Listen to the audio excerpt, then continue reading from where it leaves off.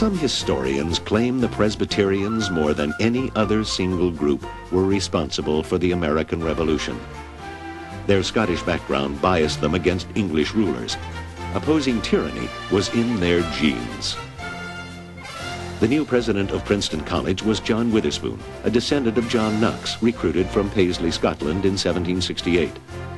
And he was a loud advocate of self-rule and justice in the colonies. As events were leading inevitably to war, the colonies rushed to establish political structures with duly elected representatives. A provincial Congress elected Witherspoon to the Continental Congress with the clear instruction to join others in declaring the United Colonies independent. Witherspoon was the only active clergyman to sign the Declaration of Independence, but 11 of the other signers were Presbyterians as well, and the document reflected many of their views. Witherspoon and other Presbyterians joined in the revolt, which led to final separation from England. After the war, the Presbyterians decided they needed to form a national organization reflective of the new spirit of nationalism. The Synod of New York and Philadelphia organized a General Assembly with 4 synods: New York and New Jersey, Philadelphia, Virginia, and the Carolinas. Included were 16 presbyteries, 177 ministers, and 419 churches. At Second Presbyterian Church in Philadelphia, the first General Assembly was convened in 1789 by John Witherspoon. At the same time, the first United States Congress was meeting in New York and installing George Washington as president. 7 years earlier, the Women's Missionary Society had been chartered in Pennsylvania.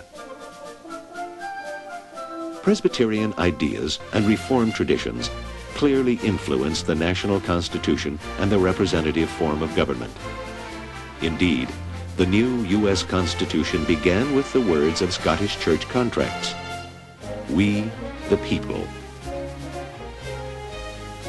Their role in the war and in political thought gave Presbyterians considerable influence after the Revolution. But its representative polity, its insistence on an educated clergy, and the scholastic form of its doctrines retarded its ability to grow rapidly or to find widespread popularity in the new country. In the last decade of that century, another revival, characterized by camp meetings, developed along the frontier of Kentucky, and soon it spread across the nation. Seeking to respond to this, Presbyterians in Kentucky began ordaining ministers whose education was unsatisfactory to the larger church and who rejected parts of the Westminster Confessions. When the Synod of Kentucky and the General Assembly acted against this practice, the Cumberland Presbyterian Church came into being in 1810, creating now a third stream of Presbyterianism in the new nation. During this same decade, the General Assembly appointed an African American, John Chavis, as a missionary among people of his own color. Chavis was educated at Princeton under Witherspoon. And another African American, John Gloucester, and Gideon Blackburn started work with 15,000 Cherokees in Tennessee during this same period. At the turn of the century, Presbyterians focused their attention on the western frontier. They organized mission societies and raised funds. They chartered colleges and seminaries. Home missions and overseas missions captured the imagination of ministers and congregations, including work among Spanish-speaking peoples that William C. Blair began in Texas. But 3 decades into the 19th century, the absorbing question became slavery, and dissatisfaction developed in some quarters with a plan of union with congregational churches. New side, old side tensions reappeared on this issue, and in 1837, the old school side had the votes to defeat the plan. The action taken also announced that 4 synods organized under the plan were no longer part of the church. This split the denomination into 2 almost equal parts, and each retained the same official denominational name. So, for the next 32 years, Presbyterians were identified as Old School or New School. But more division was to come. As the slavery issue sharpened and brought on war, Northern abolitionists pressed their position. This led Southern Presbyterians in both the New School and the Old School to withdraw. In 1861, Old School Presbyterians in the South organized the Presbyterian Church in the Confederate States. 3 years later, the New School Presbyterians in the South joined them. Shortly after the end of the war between the states in 1869, the Old School and New School branches in the North came together again as the Presbyterian Church in the United States of America. And both old and new sides in the South were now together in the Presbyterian Church in the U.S. But there was also at this time the Cumberland Presbyterian offshoot in Kentucky and the border states, and the separate United Presbyterian Church of North America, just formed through further mergers in the Seceders and Covenanters in Pennsylvania. About 50 years later, in 1906, the Cumberland Church merged with the Presbyterian Church in the USA, giving the Northern Church a nationwide church constituency. Some Cumberland churches chose not to merge and continued a separate existence. Fundamentalism caused some Presbyterians to break away in the 1930s to form the Orthodox Presbyterian Church, and from it, the Bible Presbyterian Church.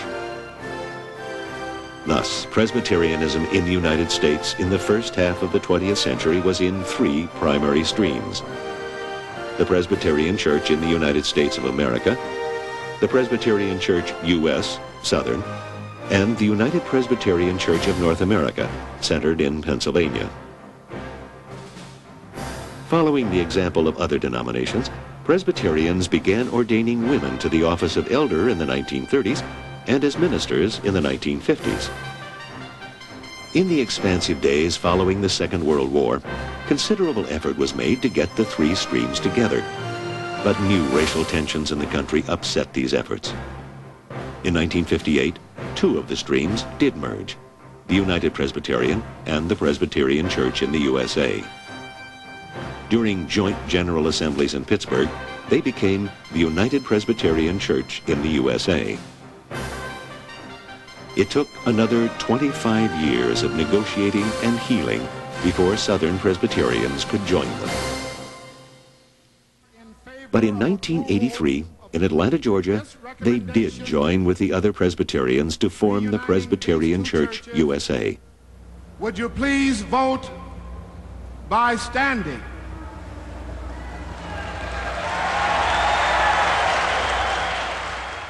But even then, not all Southern churches did reunite. Two small groups emerged: the Presbyterian Church in America and the Evangelical Presbyterian Church. Since the reunion of 1983, the Presbyterian Church USA has remained the largest Presbyterian denomination in America, with a membership of approximately 2.2 million. In keeping with its history, today's Presbyterians have preserved a lively spirit of debate over important issues. In recent decades, several issues have been of particular prominence. The first issue is the nature of scriptural authority and inspiration. While most Presbyterians take a moderate stance, tending neither toward excessive literalism nor a purely humanistic approach, we continue to live out the legacy of previous conflicts, such as the fundamentalist modernist controversy of the 1920s. A second issue, which has received much more public attention, has been the debate over human sexuality. This has been especially notable in the struggle over whether or not to allow the ordination of gay, lesbian, or transgender persons. Disagreements in this area have been fueled by a confluence of several factors.